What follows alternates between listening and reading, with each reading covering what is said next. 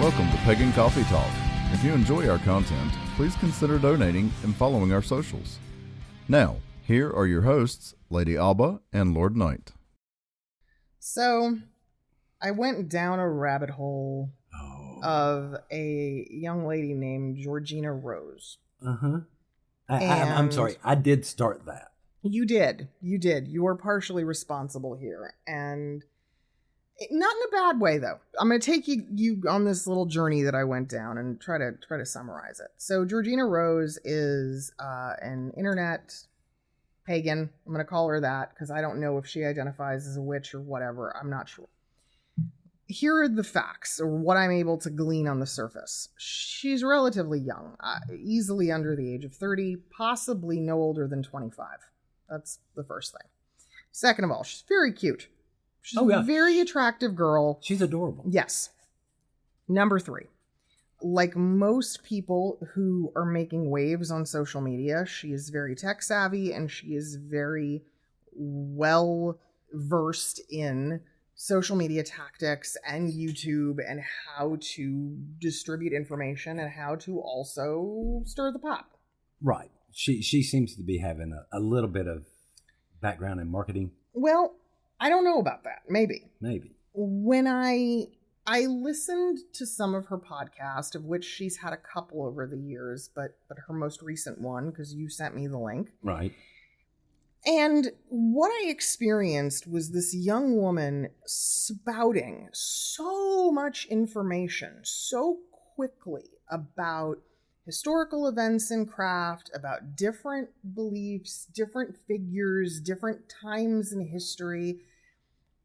And immediately I went, who is she? Where did this knowledge come from? I need some understanding of where her education began. So were you saying you're getting a little bit of an alarm bell here because the language is just a little too flowery? No, it's not that it was flowery. It was that I don't know how else to say that. I was going, this girl is using terms and multi-syllable words that I've never even heard of, and I've been a practicing pagan for the better part of my life, right? I'm 25 plus. You're basically from the age of 16 to now pagan. And I'm going, what the holy hell? Yeah, this girl was spouting things in a way. I was like, I couldn't do that without reading it from a book. No. And I've been studying this stuff for longer than she's been alive, I think. So I stopped, I reviewed, and I found very quickly, I never found the answer to her background. I never found the answer to her education, none of that. What I did find, I was expecting to maybe see that she was a theology student. Right. Or that she had a degree in theology or world religions or something. No, what I instead found was something that said, Georgina Rose controversy. Immediately I click on it. I'm like, all right, what's going on here? So again, the crib notes of that is that she has been accused of being a neo-Nazi. Oh, big surprise there. Based on association, because people on the internet stalked her and took pictures of events, of interactions with her, with other members of the pagan community who are potentially tied to neo-Nazism, and immediately branded her as such. And I went, all right, first of all, guilt by association in our community, that's bullshit. No. Knock it off. That's some witch burning time stuff. Yeah, that's ridiculous. But again, I don't know if she's a Nazi or not. I have no freaking clue. But what I do know is I'm sitting here going, how in the world is this, in my view, child who is effectively becoming a spiritual leader, an elder, a teacher, right? On the internet, it's such a phenomenally young age, and with, from what I can tell, no transparency of her background. Why do they even care? I mean, look, I don't consider myself any scholar or anything like that, but if you go to our If you go to our page and you actually read my history, it's quite lengthy overall. And that's my point. Churches, covens, groups throughout the pagan community are usually very clear about the origin story of the people running the group. Yes. And how we got there and what we did and what our expertise is and our knowledge base. Now, at no point, again, do we say that we're the end-all be-all, but that's where it comes from.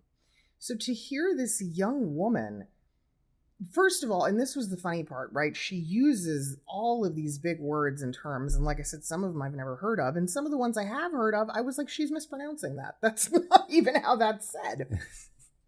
But I just was seeing all of these reviews and this information about how she was, a rising star in witch talk and becoming a major figure in the pagan community. She had a book deal that was supposed to be forthcoming. She aligns herself with Thelema, and she considers herself a Thelemite, but there's no information to support the fact that she's an initiated Thelemite, which I found a little weird.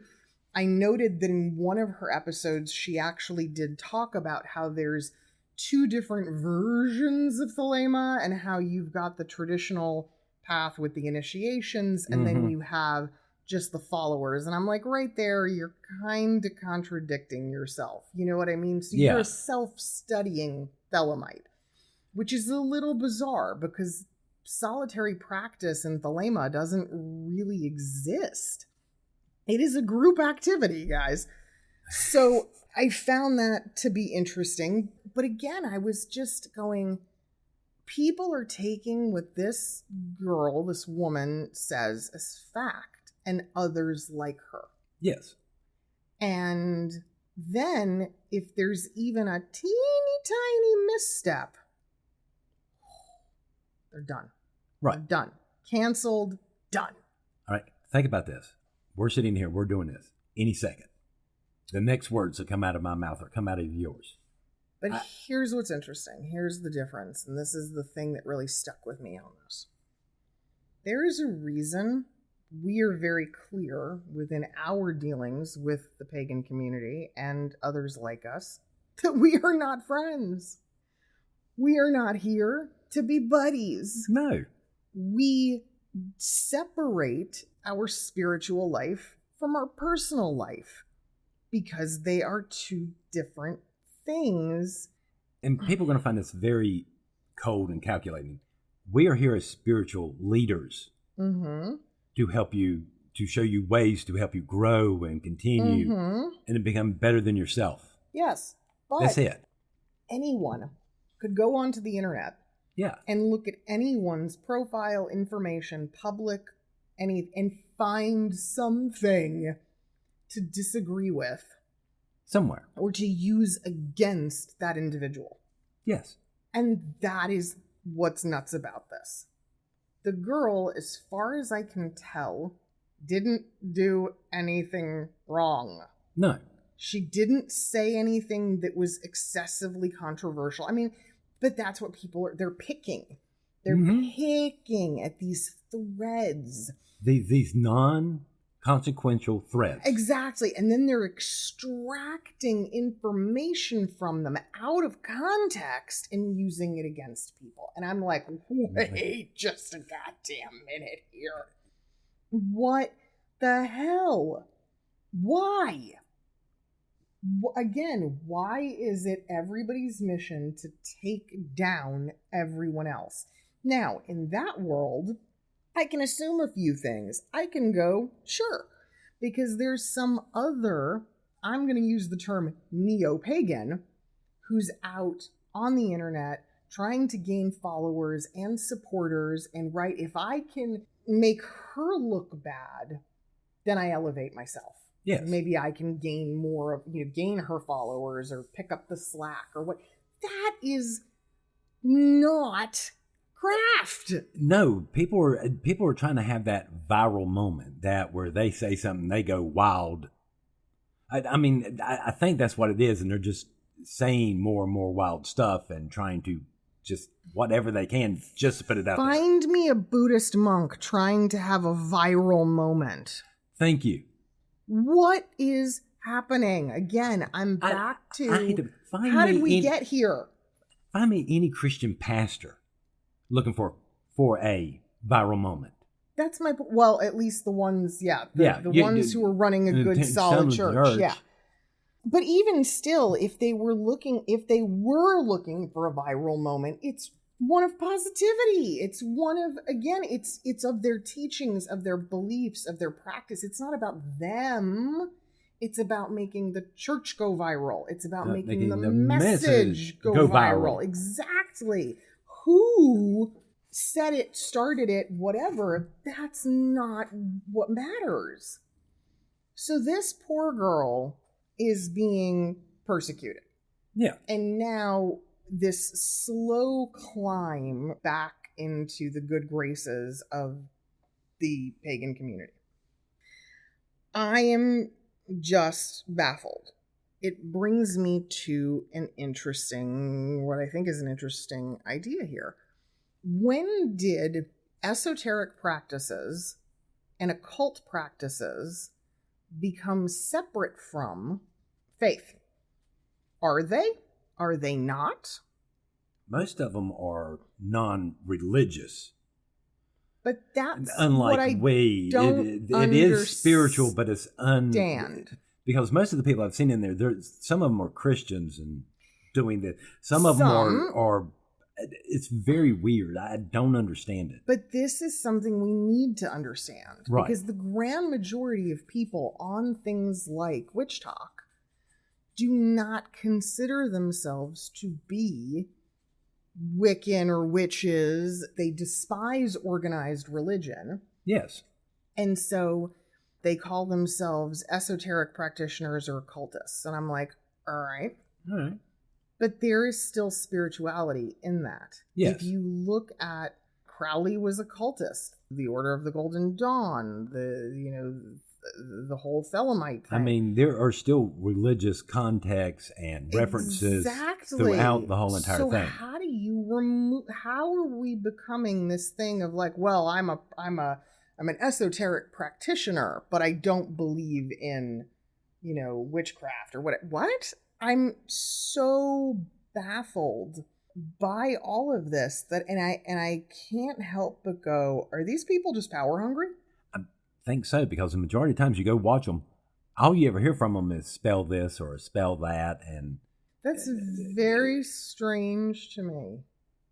Is it still that they're using, like a lot of people have throughout history, right? They're using these practices for self-gain and for materialism and for self-justification. Right. I am justified in doing this because I believe this way. I really struggle with that because people do not want ethical standards placed on them. But see, the problem that I have with it is most esoteric practices, most occultism, high magic, right, whatever you want to call it, it's very disciplined. Yes. It's very orderly. And it requires an intense amount of time and focus. And a lot of patience. Yeah. So you're going to tell me that you're able to dedicate yourself to that, but that you don't think it's religious? No, I don't think it's actually religious. I think it's spiritual. I don't think it's religious. How could it not be? How are we separating the two? Why are we separating the two? I'm not sure, but for some reason in my head it keeps on coming up to that. Because not everyone is following the same ethical structure. Everybody's following a different beliefs within this. This is just a magic force. But that's what I mean, but they're not. Because if you have a group of Thelemites... I mean, it's almost like they've taken it to a almost scientific structure to some extent. And that's what bothers me. Again, we're stripping away the spirit. We're stripping away God. We're stripping away the religious component. And then what are we left with? You got to remember, it in the pagan community and most of our religions, there is a line basically that we are the gods. Yes. And esoteric practitioners absolutely believe. All right. Again, deity I think residing in this everyone. has been taken to an arrogant place in craft, because our relationship to this relationship is like your relationship with your toenails. But all the people, that's funny. All the people, though, that are tied to esoteric practices are egotistical. Yes. All of them. They were all egomaniacal. They were all, just to be able, right, to do what they did so publicly and to form it. Yes. But how do we reconcile the fact that it has a place within something like craft, or do we not? Is it utterly and completely separate? No. I don't think it's completely separate. I don't think so either. You know, I see aspects in even in our own tradition that reflects what was going on there. So but again, there's chicken or the egg, right? Which came first? How were they introduced? Read, what is that? Read Drawing Down the Moon? Drawing Down the Moon, yeah. Yeah, you read that, you'll care less about this witch politics stuff. You'll be like, I don't care. But yeah, but the point of the matter is still these folks are out there, and again, they're a force right now on the internet. Yes. And if you have figures like Georgina Rose teaching people these things, it's you find it more strange that people are not questioning her actual credentials, but instead they're coming after her on this. Right. And I think that a lot of, what I'm going to call the esoteric hoopla, it's because, we can all apply it in various ways to our beliefs. But some of these folks seem to be existing without a belief structure that they're then bringing occult practices into. So I'm just, I'm baffled. I'm like, how does that work? There is a large section of the populace of our community, and all they ever do is spell work. They don't do nothing else. They don't do the full moons. Their full moons is for me to do another money spell. It's for me to do another this spell. It's not to worship the gods. And that's what's interesting. So Georgina went down a pretty intense discussion in one of her podcast episodes talking about how she believes that, Wicca is in trouble. And for all intents and purposes, she would group us in with Wicca. Yes. She does not believe there's a difference. She talks about the practices of witchcraft, what you and I call traditional craft, as merely a division of Wicca. It's all the same, and how it has sort of peaked. It has hit its height, and now people are turning away from it. And they're turning away from it because, again, they don't like the organized component. But they're walking straight into organized religion. Because, again, I have heard the same thing, but the Christian numbers are supposedly on their way back up. A little bit, yeah, but not as much. Everyone's still kind of struggling with that. But I do find that fascinating. That I go, you're not okay, or you see an issue with a group of pagans coming together and following a systematic structure that is rule oriented, and it's considered to be that we're too high and mighty. I don't know. We're just We're too full of ourselves. But yet you're okay with going into esoteric and occult practices. They're so complex. They require total, utter, and complete discipline of body, mind, and spirit. And I'm like, what? Look, I have gone down some of the John D. rabbit holes that oh my God, De Cochran. Some of these practices, I'm like, there's no way. That's intense, y'all. That is some serious attention to detail. And I'm one of the most detail-oriented people I know. I have heard of spells that take up to a year prep. Yes. Not the actual prep. It's absurd. And I mean, I don't mean that it's absurd in that it's wrong. It just seems an absurd amount of work for one spell. Right. And I can't help but go, if people were willing to take that effort and turn it towards the community, we could do so much more. What is the purpose in all of these practices if it's purely selfish and you're only looking out for yourself and there's no interaction with others of a similar mind? Why? What is the goddamn point? Because you do not agree with me 100%. Oh. Because again, we're back to this subject. Listen. Everyone is sitting there going, no, you must believe my way. I tell you what's right. I have known you for 20 years. I have never agreed 100% with anything that you've ever said. You know what I mean? And we're still sitting here working together. Yes. Well, I don't understand the issue. Find me a married couple that agrees 100% on everything. Never happens. Never going to happen. So why this need for such a black and white view on spirituality? I don't know. It's it seems more like a power trip. It seems more like people are just, I have to have this power for myself. People must follow us.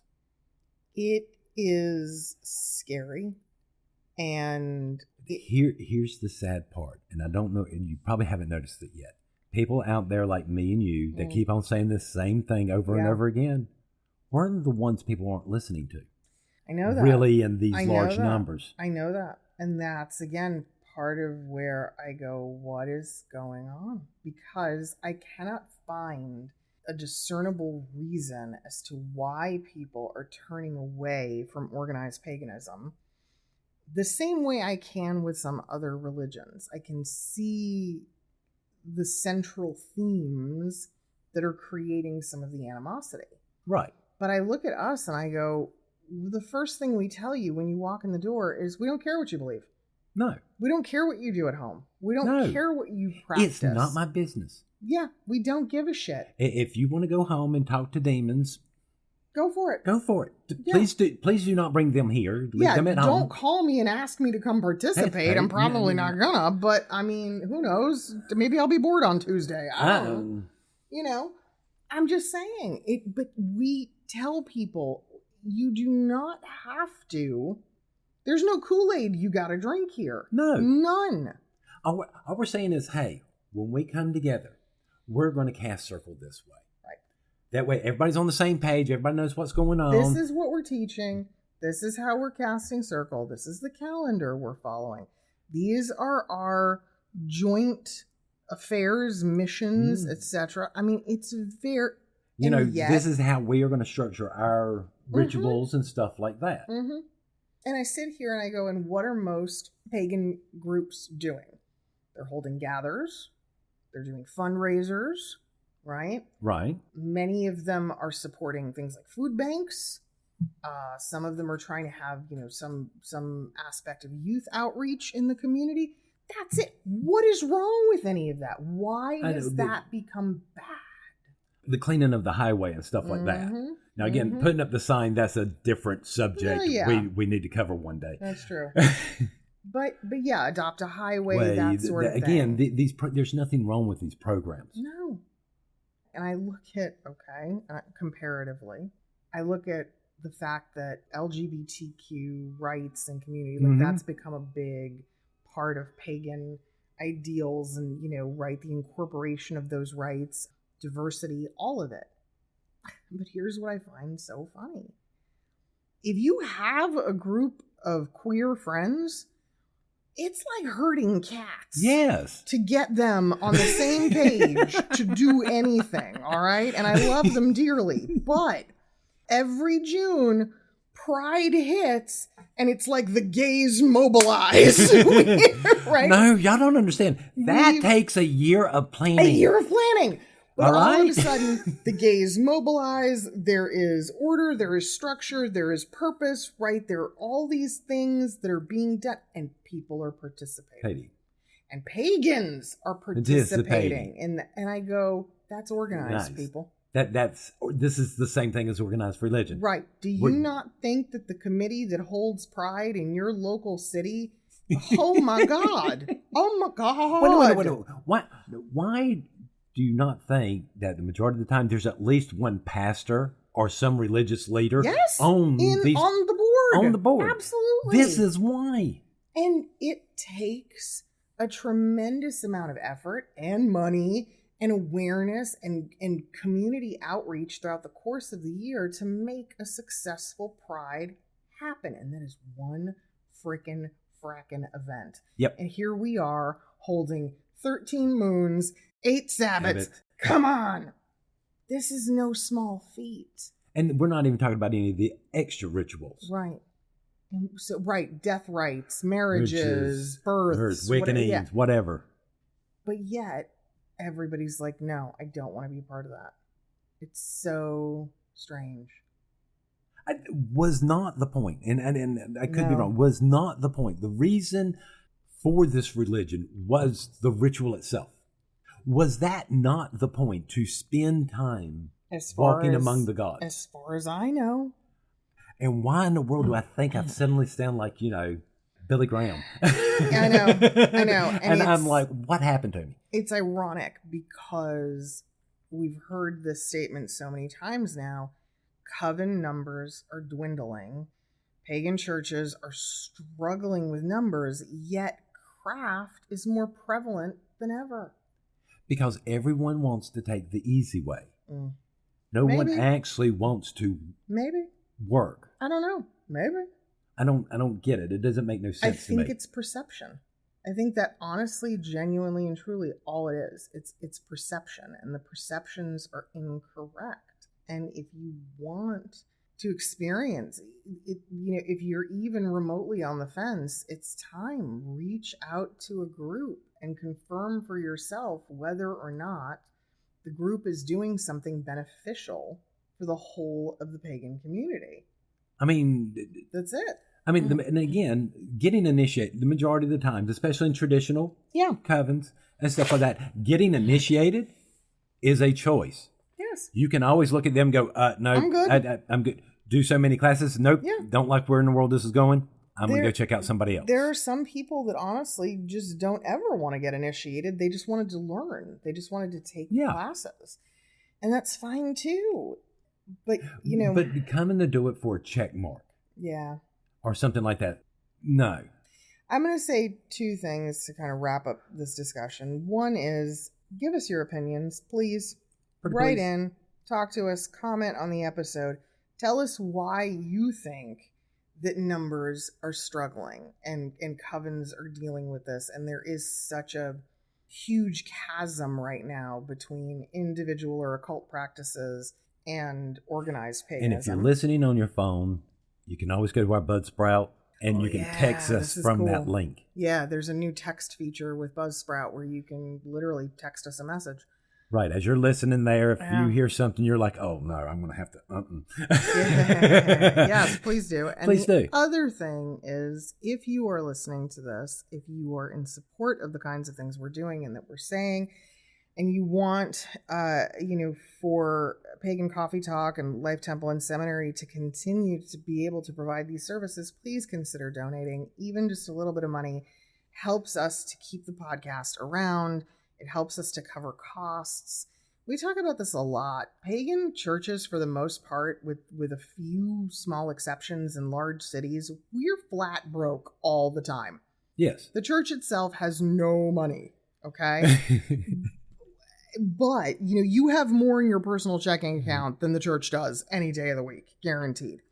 But even a few dollars helps us to continue what we're doing and with supplies. And even just the cost of things like the podcast, the websites, gosh, we go through it all the time with new members, between books and ritual robes and materials. We don't deny anybody. Well, see, there are certain books that I know both of us seem to buy on a regular basis because everybody winds up borrowing it. Stockpile them. Yeah. For new students. Absolutely. Because we, as an organization, too, like many others, are so against proselytizing and going out there and trying to get, drum up big fundraising events. Instead, this is how we do it. consider taking your coffee money, right? One latte, one cappuccino, and donate it to us so we can continue this. But please join the discussion. We welcome it, and cheers. We'll raise a cup of coffee to you. Are we getting coffee? Absolutely. Oh, okay. Thanks for listening. Join us next week for another episode. Pagan Coffee Talk is brought to you by Life Temple and Seminary. Please visit us at lifetempleseminary.org for more information, as well as links to our social media: Facebook, Discord, Twitter, YouTube, and Reddit. We travel down this trodden path, a maze of stone and mire. Just hold my hand as we pass by a sea of blazing pyres. And so it is the end of our days, so walk with me till morning breaks. And so it is the end of our days, so walk with me till morning breaks.